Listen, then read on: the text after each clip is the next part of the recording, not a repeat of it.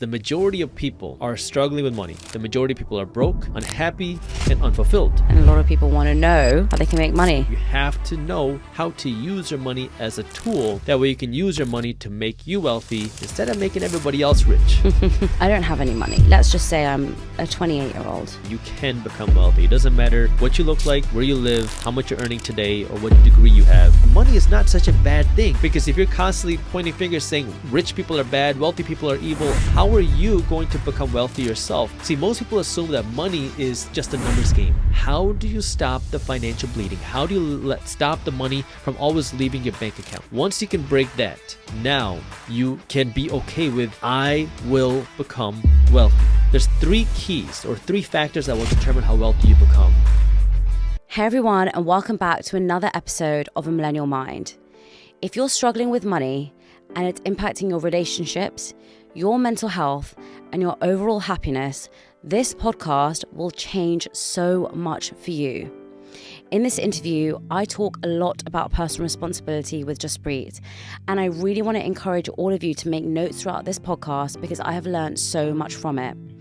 Really quickly, I also want to tell you that if you're struggling to hit your goals, then this year in December, I'm hosting my in-person goal-setting workshop event where I'll be going through how you can manage your goals and make sure that 2024 is your year. I'm going to leave the link in the bio, and I really hope to meet so many of you in person. I'm really excited to share this podcast with you, so let's get started. Jaspreet, welcome to Millennial Mind. Thank you for having me. And welcome to the UK. Oh, well, I appreciate that. Thank you so much. This is your first time visiting, and I'm very grateful you took the time to sit down with me today because a lot of people are struggling in their financial life. A lot of people feel stuck in their financial situation, and a lot of people want to know how they can make money. Well, those are very important topics, so I appreciate you having me. And, you were talking to me about this before, but it's very similar to the UK, to the United States. You were saying that the UK, I think 46% of young people 48. are living paycheck to 48% of people are living paycheck to paycheck. Well, if I kind of put that in context, in the United States, it's just over 60%. Wow. So the unfortunate truth is the majority of people are struggling with money. The majority of people have little to no savings, and the majority of people have little to no investments, and they have no idea of what to actually do to get out of that situation. And so what do? Is we follow what everybody else is doing. Well, when you follow what everybody else is doing, you're going to end up just like everybody else. And unfortunately, the majority of people are broke, unhappy, and unfulfilled. And when I say that, I'm not just saying words. I mean, statistically, the majority of people are broke, unhappy, and unfulfilled. So the question is, what do we do? And I'm hoping we'll jump into the end of this podcast. But the whole idea is now you have to know how to use your money as a tool. That way you can use your money to make you wealthy instead of making everybody else rich. Because unfortunately, when we go out and we buy that Gucci, the Louis Vuitton, somebody else is getting rich and it's not you. I love that. So powerful. But there's going to be people listening to this thinking, that's easy for you to say. You can only invest. You can only, look after your money if you have money to begin with. I don't have any money. Let's just say I'm a 28-year-old. I'm on an average £30,000 salary, which I think is even above average in the UK. What do? I have to pay for my rent. I have to pay for my food. I have to pay for my bills. I'm living paycheck to paycheck.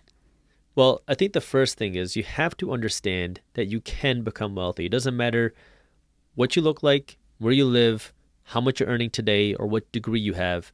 You can become wealthy. There's two parts of money that you have to understand. One is what I like to call the emotional part of money, and one is the practical side of money. See, most people assume that money is just a numbers game. You spend this much, you invest this much, and you save this much, and that's all money is. But that's not true. Because if it was that simple, everybody would be wealthy because you would just look at the numbers. The first part of becoming wealthy is understanding what I call the emotional side of money, which is now understanding, one, that I can become wealthy. And number two, how does money play a part in my life? Because if you don't understand this, you're never going to have that real drive or motivation to want to become wealthy. Because if you have this negative association with money, which I think a lot of people do, I grew up with that, which is money's bad, money's evil, wealthy people are bad. It's just this taboo thing. You're never going to be okay trying to attract that money yourself. So you have to break through that mental barrier, that mental block of, I can become wealthy. It's not a bad thing if I become wealthy. Money is not a bad thing because money is just paper. Right? It doesn't have an emotion. Money is not a bad thing or a good thing. It's just a piece of paper. Now, if you give a good person more money, you have a tool to do more good. If you give a bad person more money, you have a tool to do more bad. That means we need more good people with money. Okay, well, when you understand that, then you can also understand that money is really just fuel. It amplifies who you are. And so it brings out more of you. And when you start to understand that, you can start to accept, okay, money is not such a bad thing. It's not such a crazy thing. It's not such a taboo thing. How can I get my own money? And now you have to become okay with this concept of wealth. Because if you're constantly pointing fingers saying which rich people are bad, wealthy people are evil, all this stuff, how are you going to become wealthy yourself? Because you're not going to want to become an evil person. Of course. And if wealthy people are evil, if that's in your mind, you're not going to want to do something to do that because you're not going to want to go out and be that evil person. So you have to be okay with that. And that's that first mental hurdle. Once you can break that, now you can be okay with, I will become wealthy. I will become the first wealthy person in my family. I will be the first millionaire in my family. If you can believe that, now you can work on the practical side of how do I actually achieve that? Because, some people get caught up in, I'm just going to sit here, close my eyes, and I'm going to manifest wealth. Well, you can sit there and manifest all day and night long, but that's never going to actually bring any money into your bank account. You got to know the practical side. And when it comes to money, there's really only 3 things you have to understand about money if you want to become wealthy. People love to overcomplicate this, but if you understand these 3 things, I can guarantee you will become wealthy. What are these 3 things? You have to understand, how do you control the cash outflow? Number 2, how do you control the cash inflow? And number 3, how do you grow your cash? Okay. So what does that mean, right? Understanding now, number 1, how do you control the cash outflow means how do you stop the financial bleeding? How do you stop the money from always leaving your bank account? And you can almost think of your bank account like a bucket of water. Think of the money as water and your bank account as the bucket. When the money is leaving your bank account, it's like a hole just hit the bucket. And so what happens for most people is they have these big holes in their bucket that anytime money enters the bucket, money immediately leaves. And so before you focus now on trying to, how do I get more money? How do I make an extra £1,000 a month or an extra $1,000 a month? You got to seal the bucket. That means you can't keep spending all of your money. And this one is one of the most difficult, not just because you got to sacrifice the Gucci or the Louis Vuitton or the BMW, but because you have to go through this mental aspect of your friends criticizing you for not going on that vacation, or your friends looking at you sideways for you downgrading your car, or your parents wondering if you're having financial problems because you got a smaller apartment. Because it's very easy to look rich, but it's a lot more difficult to actually become rich. And ironically, in order to become rich, you got to stop looking rich first. And that's where now, how do you do that? You got to stop the financial bleeding and you got to cut back on some of your spending. And you have to do this before you focus on earning more money. Because if you earn more money without fixing the holes in the bucket, the money is just going to leave. In America, statistically, what we have seen is as Americans make more money, they end up in a bigger financial hole. Why? Wow. Because you make more money, you can qualify for more debt. You qualify for bigger credit cards. You can qualify for more spending. So people make an extra $1,000 a month, and then they go out and spend an extra $1,200 a month. And this is where now I want you to stop focusing on the earning money before you can control the spending. And I don't care if you're making £30,000 or £300,000 a year. It's the same concepts because you have to be able to control the spending. Once you can do that, that's when you focus on number 2. How do you increase the inflow of cash? How do you control the inflow of cash? Now, there's 1,000,001 ways that you can do this. You can do it through your job.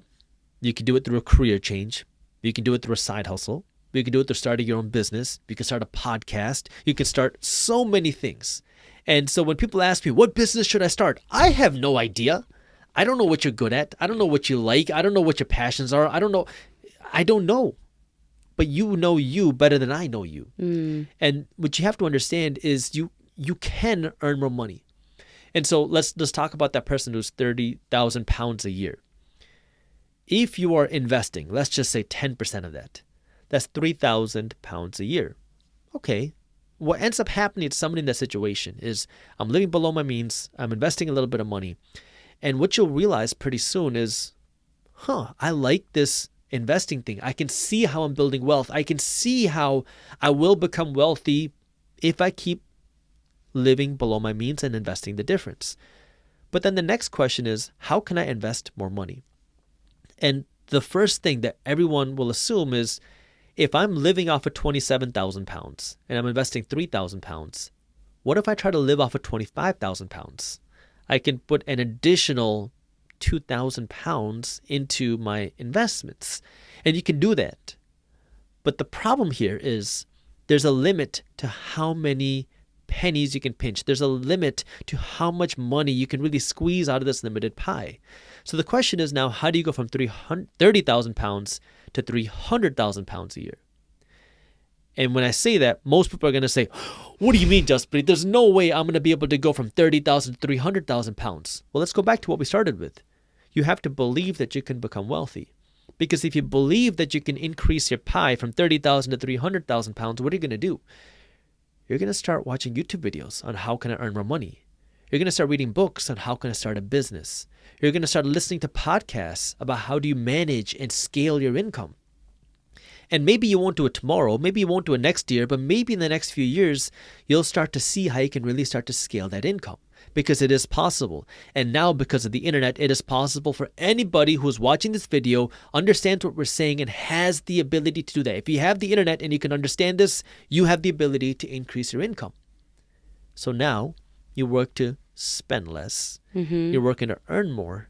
And then you have part number 3, which is you invest the difference. That means putting your money and not giving it to Gucci, not giving it to Louis Vuitton, not giving it to BMW, not giving it to Mercedes-Benz, not just giving it to a landlord, but now you're going to give it back to you. And that means now you're going to go out and you're going to buy the asset. Maybe you go out and you buy a rental property. Maybe you go out and you buy shares of a company. You buy stocks in a company. Maybe you go out and you invest in your own business. Maybe you invest in somebody else's business idea. But you're spending your money not to make somebody else rich, but to make yourself rich. And that's now where the real wealth is built. We assume that wealth is built through our salary. If I can make £100,000 a year or £500,000 a year, I'm going to be rich. Well, that's not how it works. You will never become rich from your salary alone. You'll become rich from the assets that you own. And your salary can help you buy more assets. But your assets are what make you rich. Your investments are what make you rich, not your salary.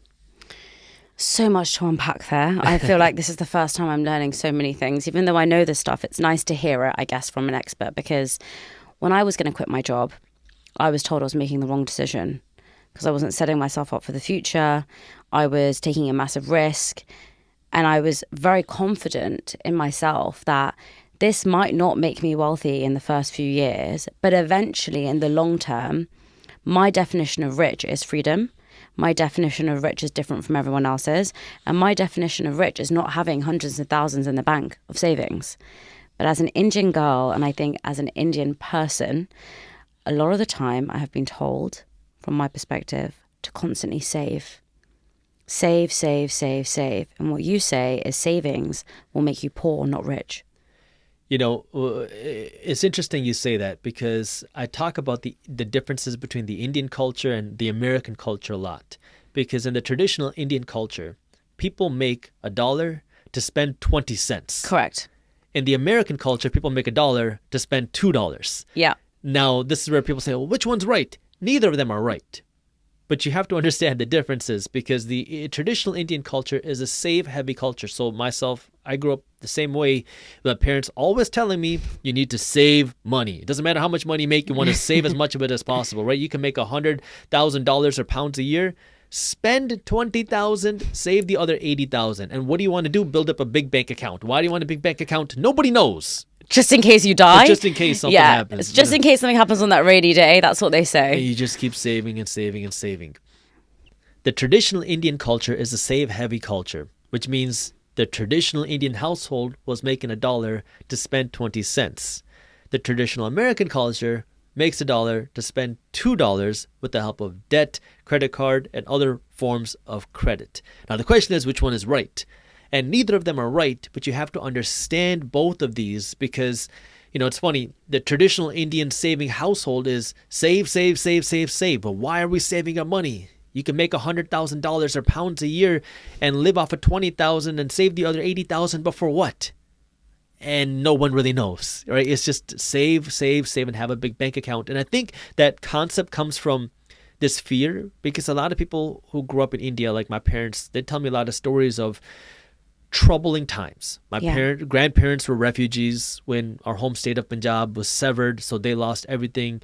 My parents, when they were growing up, they had a lot of financial distress. It was just a very rough and distressed and kind of troubling times financially. So I think the savings provide that comfort. But comfort is not where wealth is built. And this is where understanding now, why is it that your savings will never make you wealthy? And the reason is because of this thing called inflation, which has become very popular nowadays. And the thing you want to understand about this is inflation, without getting into all the technicals, because I want to avoid that for this topic. I have a lot of videos on that. But inflation in general means that the prices of things are rising, which means if you have $100 today and you want to go out and buy something that costs $100, next year, it's going to cost you more than $100 to buy that same thing. Maybe it'll cost you $105. So if you take the $100 and you put it into the bank, and the $100 grows to maybe $101, well, if you go to buy the $105 or 105 pound thing, you no longer have the ability to afford that. Your savings effectively made you poorer because you did what's so-called safe. And this is where you have to understand your savings will never be able to outgrow inflation. And you might say, but I can move my money into a high interest savings account. Sure. And if you have savings, that's a great place to keep it.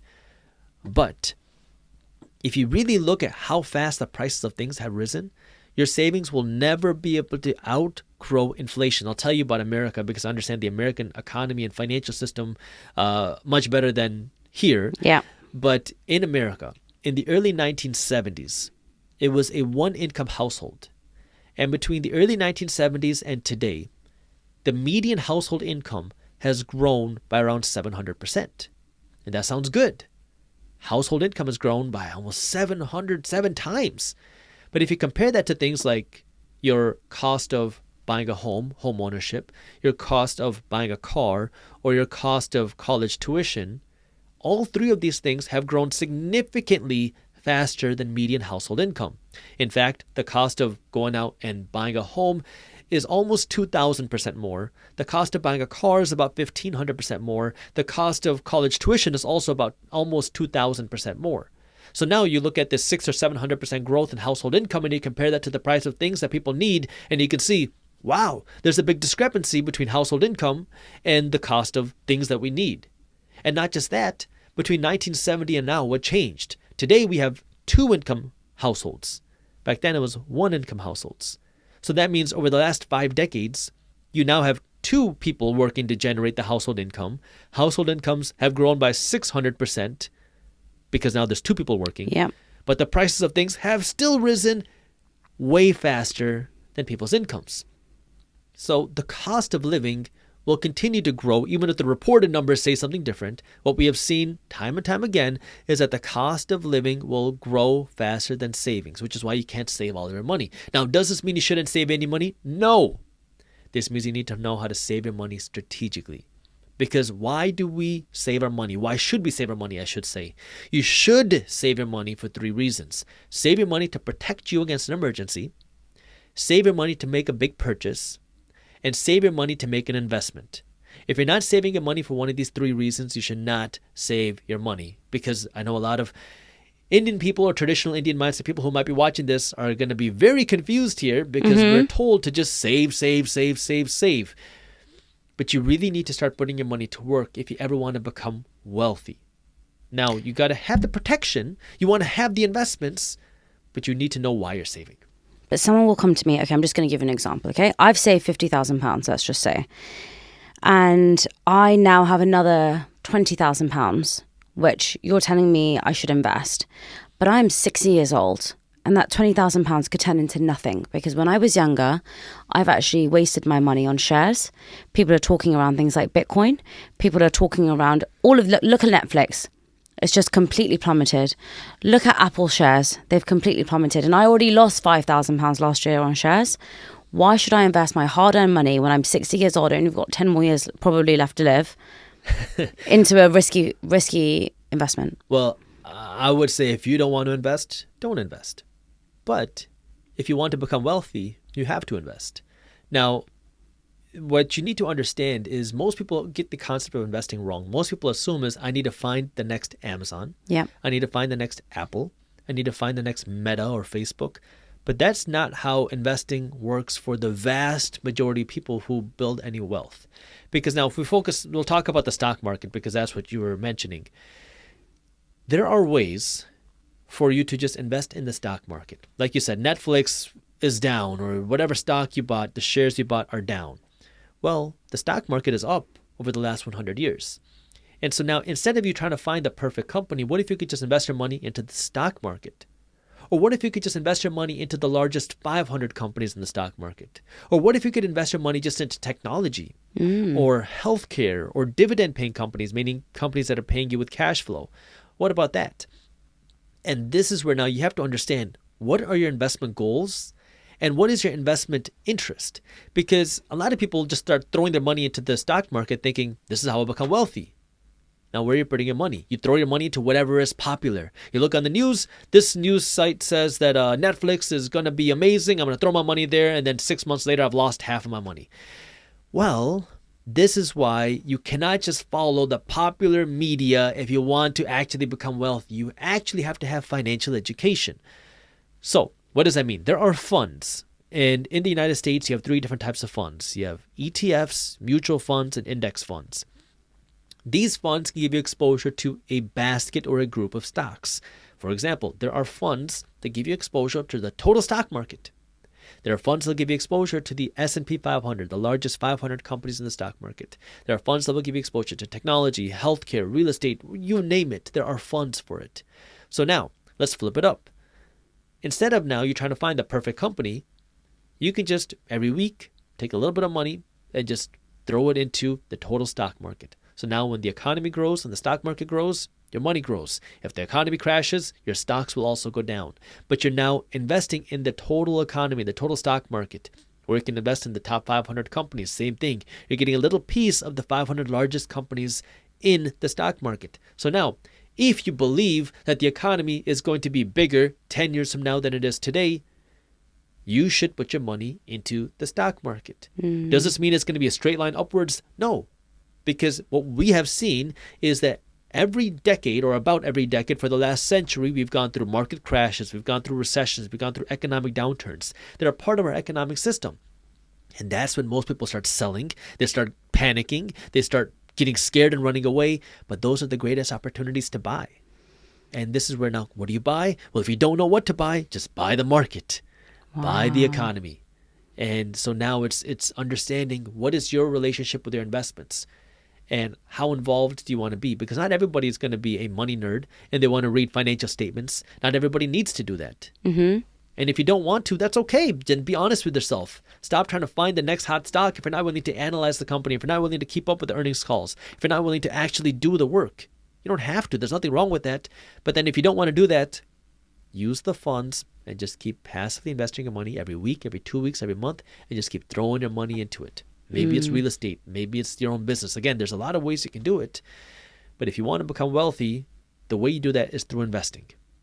In the UK, we have an account called Hargreaves and Lansdown, and they have funds like that as well, where it kind of does it for you. You don't really necessarily have to read all the weekly reports and become a money expert. It's very much organized for you into different areas and different funds that you can invest in.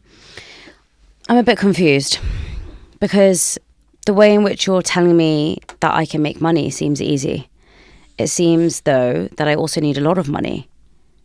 So can I start investing with £1 a day? You can start investing with as little as £1. Now, are you going to become rich tomorrow with a £1 investment? No. The more money you invest, the wealthier you can become.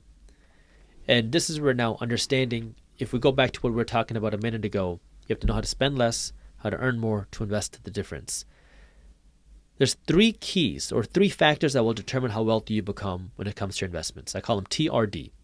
Time, return, dollars. Time is how much time your money has to compound and grow. R is the return, which is how fast you can grow your money. And D is dollars. How much money can you invest? So we can't go back and start investing yesterday. We can't go back and start investing when we were 19 or 25 or whatever. So we don't want to focus on that. All we know is that the more time your money has to grow and compound, the wealthier you become. Second is R, return.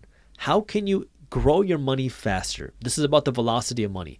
The faster you can double your money, the wealthier you become. It's simple to understand, because if you have $1,000 and you can double $1,000 by next year, then you can double it again, you can double it again, you can double it again. You can see how fast you can start to grow your money. Now, I'm not saying you're going to double your money in a year, but the faster you can double your money, the faster you're going to be able to become wealthy. Now, how do you get better returns? You become more of an active investor, not a trader, but now you can start researching companies. You can get involved with rental properties. You can start doing a lot of other things to be more involved with your investments to find better returns. Which brings me to D, dollars, or here it'd be pounds. How can you invest more money? Because the more money you invest, the wealthier you will become. And you want to understand now, the whole purpose of investing is to grow your wealth. Investing means I'm taking my money, I'm going to put it to work. You need money to invest. Yeah. You don't need money to get the money. So you got to get the money first, whether it's through your own business, whether it's through your job, whether it's through whatever. You got to get the money. Investing is how you grow that money. Now, you can start investing with £1. And this is where now a lot of people get turned off, because they say, well, if I invest, let's just say £100, I'm not going to really make a lot of money. If I can get a 10% return, which is a very good return, that means after 1 year, I'm only going to make a £10 investment. Like after a year, that's less than £1 a month. That doesn't do anything for me. And you're right. But what if now you can invest £100 a month?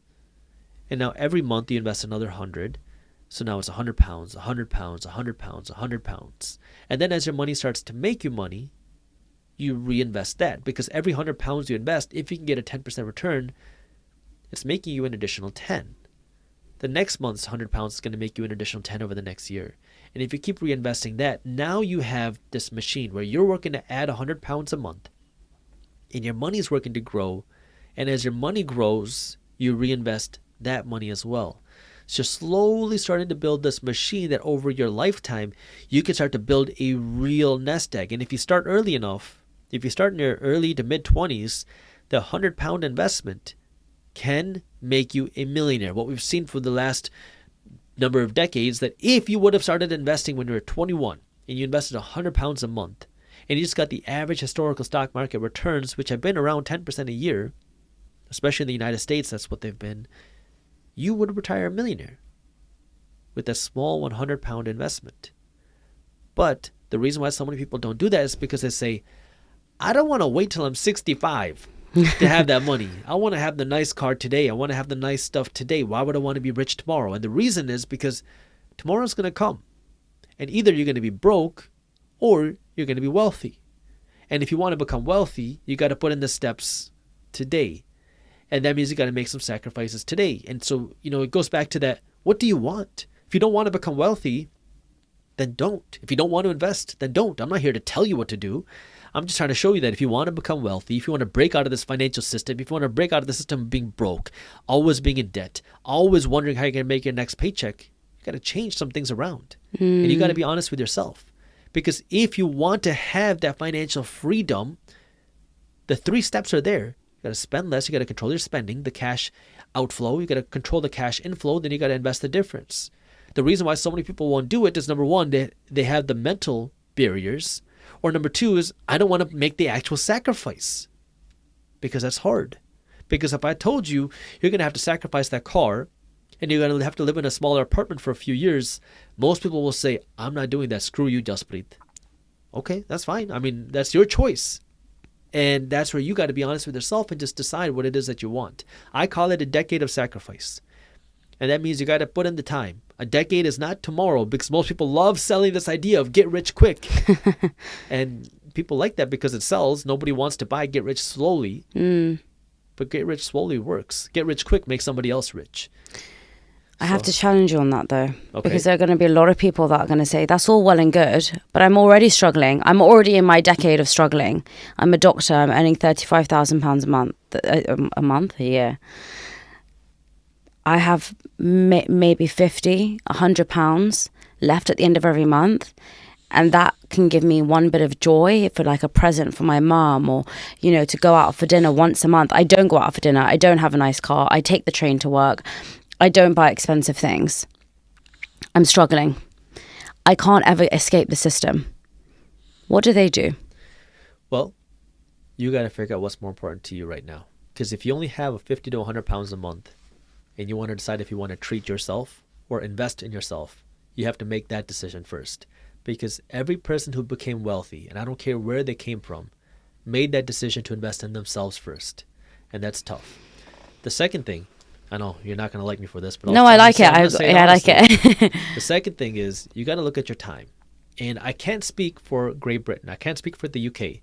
In the United States, there was a study that came out this year that said that the average American is watching almost 3 hours of television a day. And when I did that, saw that, I started talking about the best return on investment that you can make if you're struggling with money is to cancel your Netflix subscription. And it wasn't so you could save $10 or $15 a month. It's so you could save that 2 to 3 hours of time a day. And what you said was the exact feedback that I got. Jaspreet, I work so hard. I'm working 8, 9, 10, 11 hours a day. When I go home and I turn to Netflix, that's my downtime. That's my relaxing time. Okay, that's fine. That's your choice. But somebody is going to say, I don't want this anymore. I don't want this 30 minutes to an hour of downtime a day. I want a free life. I want to have something completely different. And that means you're going to have to make a different sacrifice today. That means canceling the Netflix, turning the Netflix time into learning time or into earning time. Because if you really want to earn, you have to know how to learn. And now you've made a little bit more financial sacrifices. Maybe you downsize a little bit more. Maybe you sell some of your stuff, because every single person listening to this or watching this has things that they can sell. Agree. Every single person listening to this has things that they don't have to spend money on. So I know you can squeeze a little bit more money out. Then I know you can squeeze a little bit more time. And it's hard. I get it. You're working hard. Don't stop now. You're already going through the crap. Why would you want to stop in the crap? Get out of it. You can get out of the system, but you got to go a little bit further. Sometimes you got to squeeze a little bit more out. And now, where do you start putting that money? Maybe you do need to earn more money. If you are spending as little as possible, great. If you are making those financial sacrifices, great. Don't stop. You're already working hard. Now figure out how you can earn some more money and how you can start investing. If you got 50 pounds a month to invest, start with that. Then figure out how you can earn more money. If you can find an extra hour a day, maybe you sleep a little bit less. And I know everyone's going to say, but I need my sleep. Fine. But you need that money too. Okay? Don't stop in the crap because it's hard. Keep going because you want to get out of it.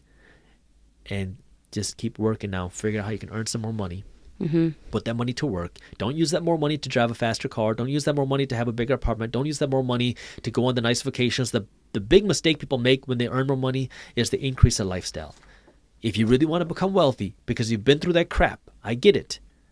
You got to now stop increasing your lifestyle when you make more money. Increase your investments first. And I'll tell you, like, I mean, it's hard. When I was in, so we were talking about how you were supposed to be an attorney, right? I was supposed to be a doctor. And when I told my parents I didn't want to be a doctor because I had this traditional Indian house that I had two options. I could either be a doctor or I could be a failure. My parents were very upset when I told them that I wasn't going to be a doctor. I didn't grow up with any financial education. I didn't grow up with understanding what an investment was, what rental properties were, what dividends were. I'd never heard of these things. These were completely foreign to me. I had to figure them out on my own, in secret, because if my parents found out I was doing these entrepreneurial ventures or investing, they would have been furious. So I told them I didn't want to be a doctor. I told them I wanted to be an entrepreneur. I don't even know what that meant at the time. Yeah. They had no idea what that meant. They were just so angry. And so my dad said essentially that if I want to keep any pride in the family, I have to go out and become an attorney. Okay. Right? I didn't tell you that part during our little talk before, but I went to law school. I became a licensed attorney. I never worked a day as an attorney. And the way that I looked at it was during that time that I was in law school, this was my time I have to figure it out. So I was going to law school full time for the first year and a half. Then I went part time. But I was in law school, but I was working on my business full time. And so now I'm waking up early, going to classes, doing my thing. But every time I'm not in class, I'm working on my own business. I'm working on me. I didn't have free time. I wasn't watching TV. And I'm not saying this to be a motivational speaker that, oh, you can only work. No. Listen, the goal is not to work yourself to death. Yes. But you got to be willing to make a sacrifice when the sacrifice has to be made. And thank God you said that. I feel like everyone's just constantly saying you can work for 2 hours a day and become a millionaire. No, you can't. There's a time and place to make a sacrifice. And and some people will talk about, oh, but I need my sleep. I need this. You got to figure out what is most important to you in that moment. There's a certain time and place where now you can get all your sleep, hang out with your friends, travel, do certain things. But if you're in a stage in your life where you need more money, you're going to have to make certain sacrifices. If you're in a stage in your life where you're trying to raise kids, you got to make different sacrifices. If you're in a stage in your life where you're trying to work on your relationship, you got to make different sacrifices. So right? True. Everything in your life, there are certain sacrifices that you need in order to achieve that goal. And for me, because the financial part was such a driving force to me, because I knew there was this bug inside of me. I knew I had to become an entrepreneur. I knew I wanted to become successful financially. Why? Because I saw how hard my parents struggled. I didn't get to spend much time with my parents or my dad growing up. My dad never had any free time. And I wanted to be able to buy my dad's time back. That was my motivation since I was a kid. And I knew that I wanted to become successful. So when I told my parents I didn't want to be a doctor, the thing that I heard was, I'm throwing away all the sacrifices that my parents made. I'm throwing away everything. And I'm throwing away my chances of success. And in my mind, it's like, no, I'm not. I want to do something. You just don't see what I see. Now, I understand where my parents were coming from. What they did was out of love. They just didn't have the financial education. So I don't blame them. I have a very great relationship with my parents still. But this is where now you got to understand, now where is that sacrifice to be made? When I was in law school, I was fortunate I was making six figures, $100,000 a year while I was in law school. Wow. And I knew, because prior to law school, I got involved with my real estate investment. So let me back up a little bit so people know kind of where I'm coming from here. Because I started my first real company when I was in college. In high school, I'll go back even more so you can understand how I got there. In high school, I played a drum, an Indian drum called the tol. I started playing that at weddings because I played it at my uncle's wedding. The DJ there said, hey, do you want to make some money? I can hire you to play it at other people's weddings. I was like, sure. My parents hated the idea, so I had to do it in secret. So now I'm this high school kid. I'm playing this drum at people's weddings. I'm making a little bit of money, $50 or $100.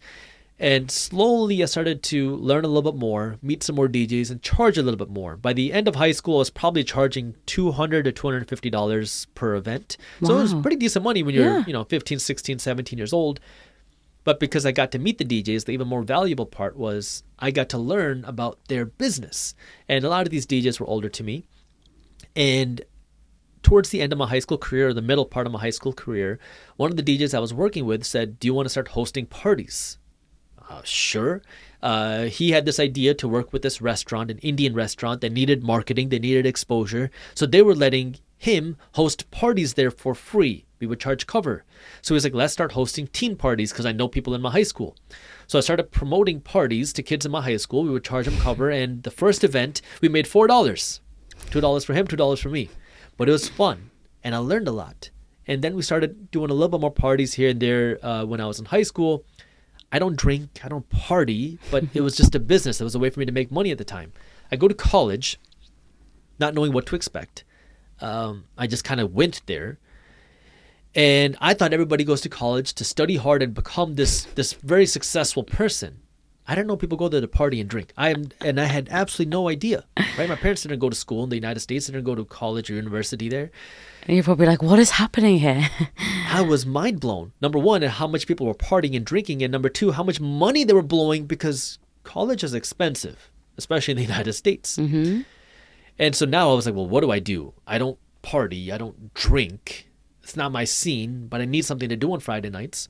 So, well, why don't I take this teen party business idea, bring it to college? So now here I am. I was 17 when I started, and I started knocking on doors at the different clubs, bars, venues, restaurants to see if somebody would let me host parties there.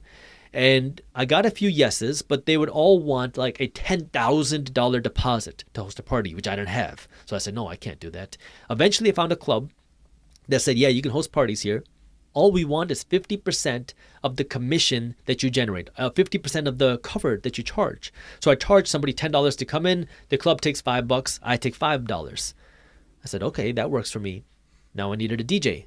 I already had my network of DJs, and I made the same deal with them. You take 50% of what I generate. So now if somebody pays $10, $5 goes to the club, $2.50 goes to the DJ, the other $2.50 goes to me. Now I was in business. Now, it wasn't a very easy thing to get started with. I had a lot of failures in the beginning because when you're working with club owners, they can be very shady. They can be very manipulative and lie to you a lot. So in the beginning, it was very tough. But I started to build a little bit of traction, started to make a little bit of money. And that kind of fueled the next stage of my financial education journey, which was in the beginning, I was taking my money and putting it into watches and my car. Because as a party promoter, you got to look the part, right? I got to have a nice watch on my wrist, got to have a nice car, got to look very, like that person. And I started reading books about money. And I started learning about, assets versus liabilities. And I was like, holy moly, I have 0 assets. I have nothing that's making me money, but I have a whole bunch of liabilities which make me look rich. So I started flipping. I said, I'm no longer going to spend money on liabilities. And I tend to do things in extremes. So I stopped spending money on liabilities completely. Then I started learning about assets. And every business book and money book that I read said that wealthy people invest in real estate. I didn't know what that meant. I didn't know any real estate investors.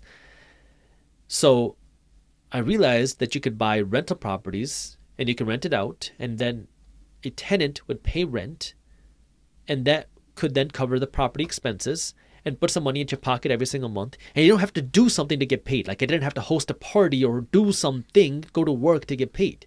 That seemed crazy to me because I'd never heard of this concept, almost like passive income before. And I'm 19.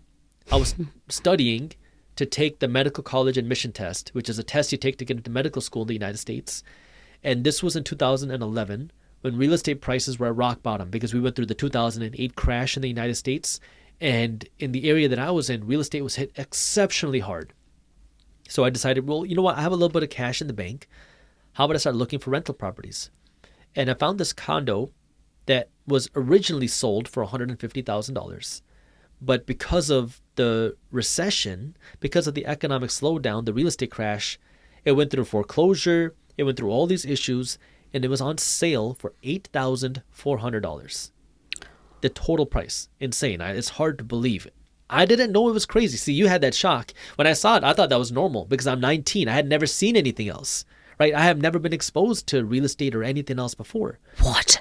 So I made an offer for $4,000 because I figured, that's a lot of money, right? When you're 19, you don't know 50% off. You don't know if an $8,000 condo was expensive or cheap because that was just getting started. We went back and forth, and I got a kind of a letter from the bank that owned the property saying that there's now multiple offers on the property. I need to make my highest and best bid, and then they're going to pick the highest offer. So I offered $8,000. They accepted my offer. I bought it for $8,000. I put in a few $1,000s worth of work, and then I rented it out for $600 a month. So I was 19 when I bought the condo. Actually, funny, I took the test, the medical college admission test on August 22nd. On August 23rd, I closed on the condo. I bought it. I was 19. I had no idea what I was doing. Didn't know anything. I made so many mistakes, which is a whole video in and of itself. I got sued. I had a whole bunch of things happen because I didn't know, right? I mean, I just went in and did it. But I learned a lot. And that was the first time I had ever experienced the power of investing because now I was making a little bit of money every single month and I didn't have to host a party. I didn't have to go work at a wedding. I didn't have to do this thing. I owned an asset that was paying me. And now that light bulb went off. I was like, holy moly. I had gone through so much schooling. I was studying to become a doctor, so I can become financially successful. But never once did I learn a thing about investing. Never once did I learn a thing about passive income. Never once did I learn a thing about becoming wealthy. Why are we going to school? We're going to school to get a good degree, to get a good job, to make money. But there's a difference between making money and becoming wealthy. Because if I want to become wealthy, you have to own more of these assets. Because for me now, in my mind is, I just got to own more of these rental properties and I'll be wealthy. I don't need to be a doctor to do that. And now I started asking, why did I want to be a doctor? I wanted to become a doctor because my parents told me that's how I become successful. Why did I want to become successful? So I could take care of my parents. Well, if I want to maximize my income as a doctor, what do? I got to maximize my patients. And you can start to see where that's a problem, because if I'm trying to see the most number of sick patients possible, that means I might not be spending a lot of time with you. I might not be providing you with the best care. That didn't sit right with me. And so for me, I realized I was becoming a doctor for all the wrong reasons. I was checking all the boxes. I got good grades. I'm studying hard. I got the well-roundedness. I'm doing everything. I just wasn't checking my boxes. And see, that was that light bulb, because now I'm realizing I have different goals. And I was just going down the wrong path because I was so narrow-minded. I never was exposed to anything else. And this had completely now shifted my thinking. So now I get involved with a lot more entrepreneurial ventures, and my goal now is make money, buy rental properties. Make money, buy rental properties. But I have to say, your situation is very unique. It is. It's unusual. It is. If I could buy a rental property for £8,000, I think I would think that same way. Well, you know what? Let me tell you, because I knew a lot of people who had way more money than I did, and I ran that idea by them. Okay. Nobody wanted to do it. Why?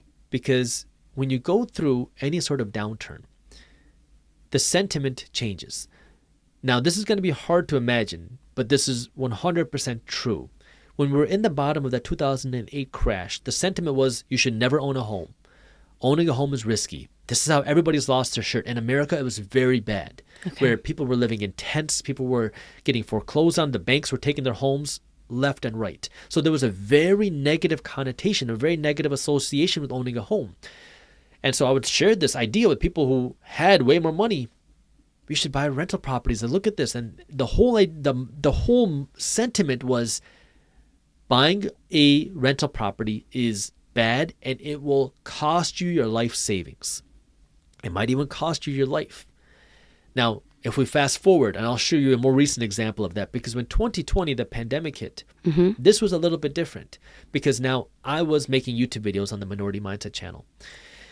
And so I got to see more of the public sentiment. When 2020 hit, the pandemic shut everything down. The stock market starts crashing. I'm making YouTube videos.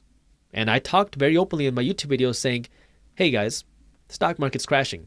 I'm buying. I'm buying stocks. Every time we see these big down days, I have no idea what's going to happen tomorrow. And if you remember, it was a scary time. Nobody knew if the economy is going to open tomorrow. Nobody knew if we're going to go to work tomorrow. Nobody knew if basketball is going to still be happening. Like no one knew anything. Like, how scary is this pandemic? Nobody knew. It was a scary time. Now, the way I looked at it, and I talked about this, was, yeah, it's scary. If we all survive, then the economy will open again. If we don't survive, then what good does it make anyways? I mean, we're all dead. I didn't know. And so I talked about, I have no idea what's going to happen tomorrow, but I'm buying stocks on the way down, because what we've seen throughout history is anytime you see panic, anytime you see fear, it creates opportunities. And the comments that I got were floods of people saying, Jaspreet, you have lost your mind. Why would you buy now? The world is ending. The whole market's going to collapse. The whole economy is going to collapse. Our entire economic system is going to collapse. Panic. Anytime you go through these downturns, you see panic, because it's that, again, that mass media, that mass appeal, which creates panic. But what happened? In the United States, it went down, down, down, and then poof, it rocketed back up. Later in 2020, the stock market was breaking new record highs. Now, I work in finance, where I have a company called Briefs Media. We cover the daily financial news. We do a lot of stuff in the financial space. And I've studied a lot of financial history.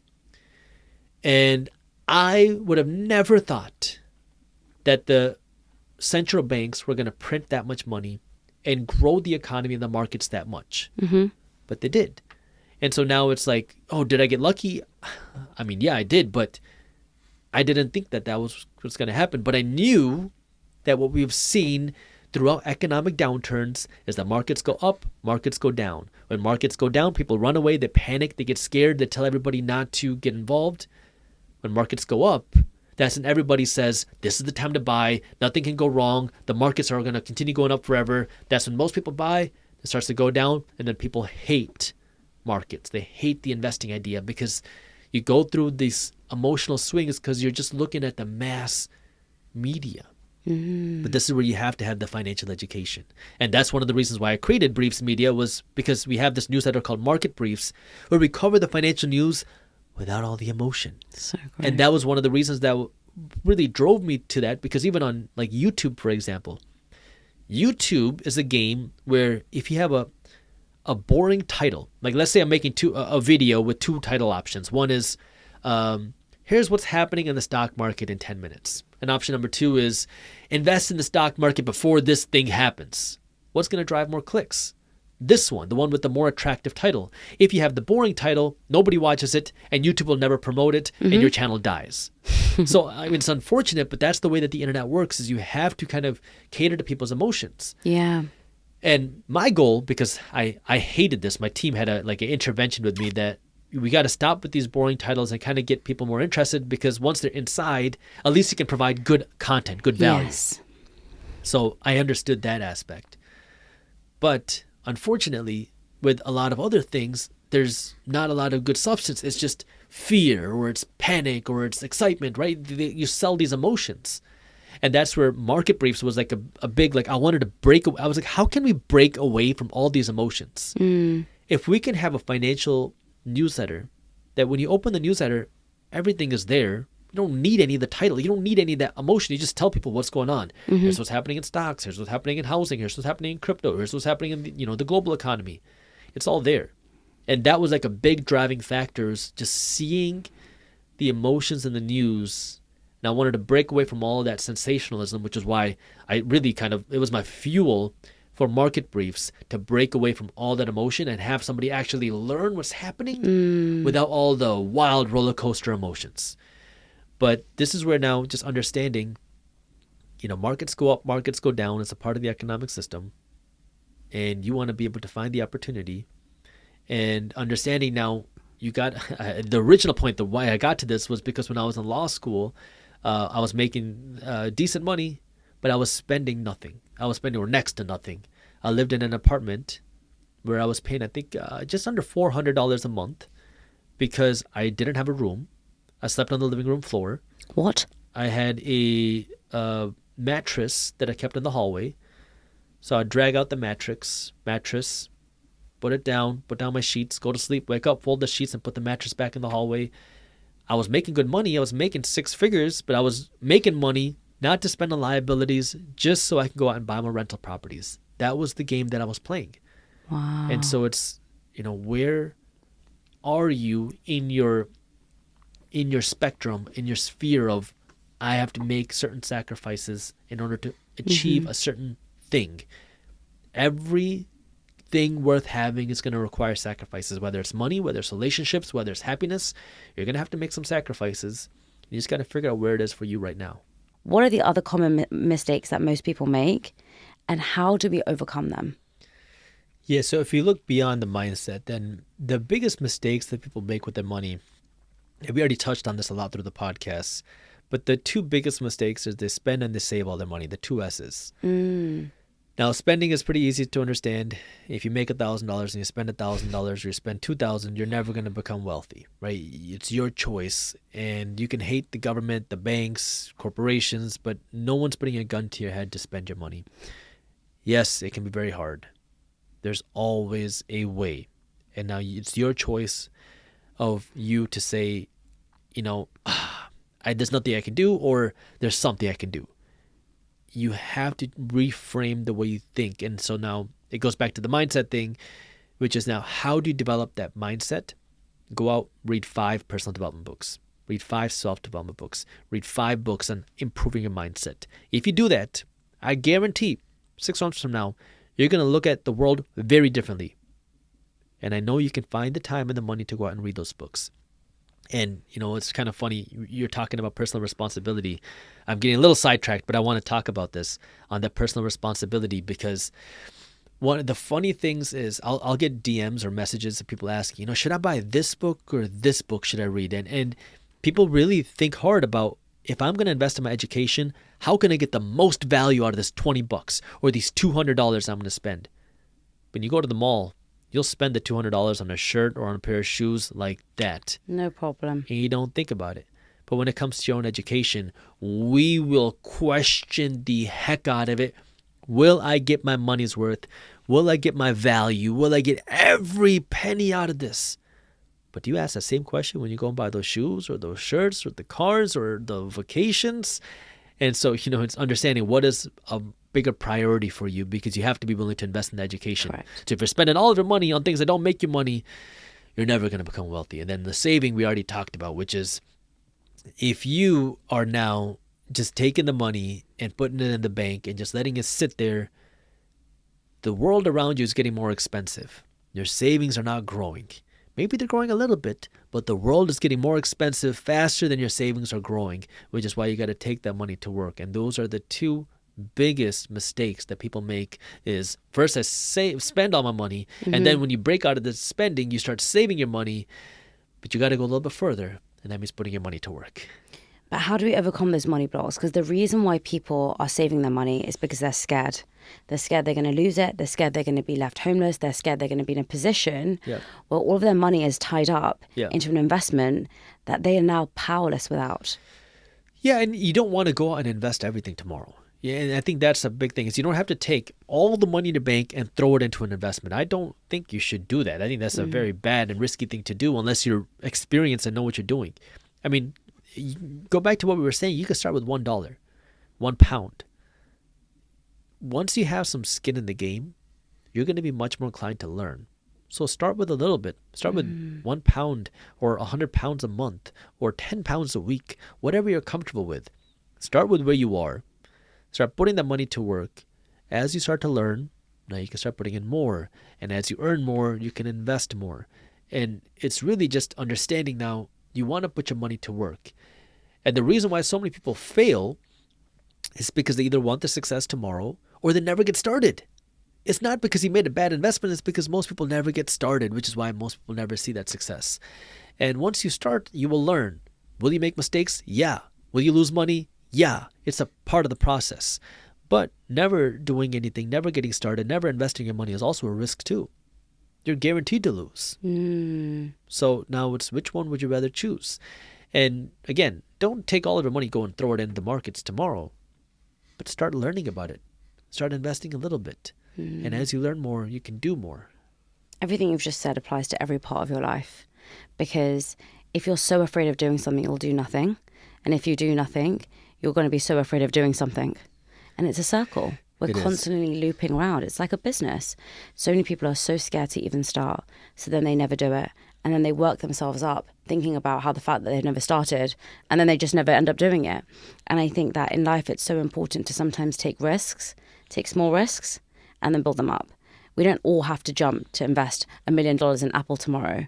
And I think we've got to get out of this narrative of thinking, all these memes you see, if you invested $1 in Apple 5,000 years ago, you would be a trillionaire right now. Yeah, great. Well, I didn't do that. Okay. So what can I do? And I guess, what can somebody who's listening to this podcast right now do to get them closer to reaching their goals in terms of where do they invest? What do they do? How do they learn about it? You just got to get started. And I want to touch on kind of what you were just saying. So I had a really good friend of mine who followed the traditional path. He went and became an engineer, got a good job, but he hated his job. And so I think he was 25 or 26 when I said, well, dude, why don't you just try something new? You're 25, 26 and just do something else. His response to me was, I'm too invested. I'm too deep. I got my degree. I spent all this money on this degree. I got a good job. I can't change. 28. We start having that conversation again a couple years later. Dude, why not start now? It's like, I just got a nice promotion. I'm working up in the career. I can't do it now.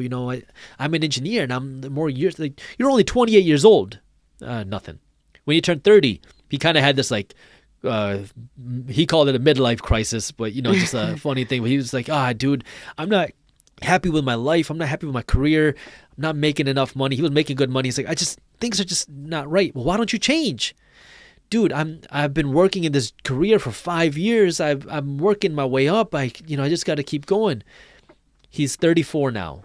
And I was realizing, wow, maybe I should have started when I was 26. And now at 34, he's finally made that change. He actually just quit his job. Amazing. And now he's working on his own business that he's been working on for a little while. But it's never too late. We put this film on our mind that I'm 25, I'm 35, I'm 45, I'm 55. It's too late. You have a long life ahead of you. You have a lot of years ahead of you. If you think that, it's too late, what's going to happen in 5 years? The time is going to go on. So might as well start making that change now because you still have time ahead. And we start to worry about what I call what will other people think? If you're always worried about what other people think, you're never going to be able to live your life. And so you got to get out of your own head. Yeah. You got to be okay being different. And now the question is, how do you do that? I'm not the best personal development or, life advice person, but the thing that I would say if you want to ask me for my advice, go out and do something you're really uncomfortable with. Go out and take an acting class, take a singing class, take a boxing class, get punched in the face. Get out of your comfort zone and do something completely different. Get scared. Because when you realize, oh, yeah, after the first couple of classes, you get the hang of it. I did an acting class for that reason, and you're around people that want to be actors. I don't even know how to talk in front of this is when I didn't even know how to talk in front of a camera. It's weird. I took a boxing class. I didn't know what to expect. Everybody there was like a trained fighter. I got punched in the face. Oh yeah, it hurt, but you get back up and you learn how to get out of your comfort zone. That is the best way for you to go out and do something. Go and take a class. Take $200. Take a class on anything that you're uncomfortable with. Yeah. Get out of your comfort zone. Now realize, hey, you can do whatever you want. Who cares what other people think? And just start taking some action. Whether it's books, podcasts, YouTube, doesn't matter. When you're talking about what would other people think, I think I lived a lot of my life based on that. And I think a lot of people do. And my question to you is to remember somebody who has been at the end of their life. And are they telling you how much they hated that person when they were 18 because they stole their girlfriend? Are they telling you how stupid they were at 30 because they lost £2,000 in an investment? Are they telling you how they don't like their business? No, they don't care. Anyone you know will not care about the people in their community when it's the end of their life. They will only care about you who's sitting in front of them. That is the only person they care about and who impacted their lives. Right? Yeah. And so we're so focused on what would other people think about us, they will forget about you in a year, 2 years, 3 years, 5 years. In fact, everyone will forget about you in 100 years' time. No one is going to remember me in 100 years' time. And that's why I'm just so tired of constantly thinking about what other people think. Don't get me wrong, it still affects me. But am I going to base my decision? Am I going to base my future? And am I going to create my path based on what you want me to do? Or am I going to do it based on what I want me to do? Because I don't have to live with your negative thoughts every single day. Yeah. But I do have to live with mine that told me that I gave up on my dream because of you. Yeah. And I'm just not going to let you do that to me. I love that. And so now I just feel like you're going to be rude to me. You be rude to me. I might be upset. I might cry for a little bit, but I'm going to move on. Right? I love that. And I think what you've just spoken about in this whole podcast is that we have that control. We have that power. And a lot of people don't want to know that they have that. We don't want to feel empowered sometimes. I want to believe that the school education system has taught me the wrong decisions. I want to believe that I am sucked in from the taxes from this government. And I want to believe that I will never be rich because that's an easy option. I have to take zero responsibility. I can watch my Netflix for 2 hours a day. I don't have to watch your YouTube videos. Yeah. Right? And I think that a lot of the time we've got to reframe that in our own minds. See, when you're pointing fingers at it's the government, it's corporations, it's banks, it's everything else, it's your boss, it's keeping you where you are. You're pointing your finger at somebody else, but what you don't realize is there's 3 fingers pointing right back at you. And this is where So now, true. yeah, see, they're pointing right there at you, and you have to understand that you are the one that's responsible for your life, for your happiness, for your success, for your wealth, for your family's success. And once you can take that accountability, once you stop blaming others, once you say, I'm in charge of everything wrong, even if it's not your fault. If somebody else does something wrong, if you blame yourself, you will now find solutions. If you stop blaming everybody else for things that go wrong and you start saying, you know what, everything is my fault. I think that's what Tom Bilyeu says, my friend. Everything is my fault. When you start taking that responsibility for everything going wrong, even if it's not your fault, you're going to start finding the solutions because you're now going to realize I'm in control. And who's growing out of that? You. Yeah. Right? Why would you want to be powerless? Why wouldn't you want to feel powerful? Because you can change it. Yeah. If you take responsibility, you can change it next time. Yeah. If you come on this podcast and you're rubbish, you weren't, by the way, you're amazing. But if you come on this podcast and you're rubbish and I say, well, the guest was just rubbish, maybe it was my questions. Maybe it was how warm I was. Maybe it was the environment. Maybe it was the way in which I interacted with you. Because if I change those things, then the next person might not be so rubbish. Yeah. Right? Exactly. But it's easy to blame other people. Before we close, what do you think is the number one thing people just don't understand about money? Well, I think what I would like to say to that is people don't understand the way the economic system works. And the reason why that's important is because fortunately or unfortunately, rather unfortunately, it is profitable to keep people financially uneducated. It's profitable to keep people poor. And you might hear that and say, Jaspreet, what are you talking about? That sounds really bad, negative, and evil. Well, if you understand the economic system, which is something I wish the school systems would teach, our economic system runs on spending. That means the more money you spend, the more money somebody else makes. If you don't spend your money and you save your money and everybody else starts to do that, our whole economic system would fail because no one's spending money and buying things. Now, of course, everybody has to spend money, but there's a whole industry of people that want you to spend all of your money, go into debt and spend your money because it's good for the economic system. But it's not your patriotic duty to be broke to keep the economic system running. And it is your duty now to take care of yourself, your family, and your finances. And that means you got to break out of the system of just fueling the system, going into debt to fund the system, spending all of your money, to now making yourself wealthy first. I want you to have all the nice things. Let me make sure this is clear. We end with this. I want you to drive the nice car. I want you to have the things that you want. If you want nice handbags, fine. I don't care what it is that you want. You know, you want to have the money to buy the nice things, but I want you to be able to afford it first. I don't want you to sacrifice your wealth, your chance of becoming rich, just to make somebody else rich. Make yourself rich first. I love that. Thank you so much. And I think I'm definitely going to sign up to your newsletter because I think you've just broken it down very simply. And we spoke about this before. It's not that complicated. And I think, like you said, everyone benefits from people not being financially educated. So I'm hoping to change that now as well. So thank you so much for coming on. I really appreciate it. Well, thank you for having me. I really appreciate it. My pleasure.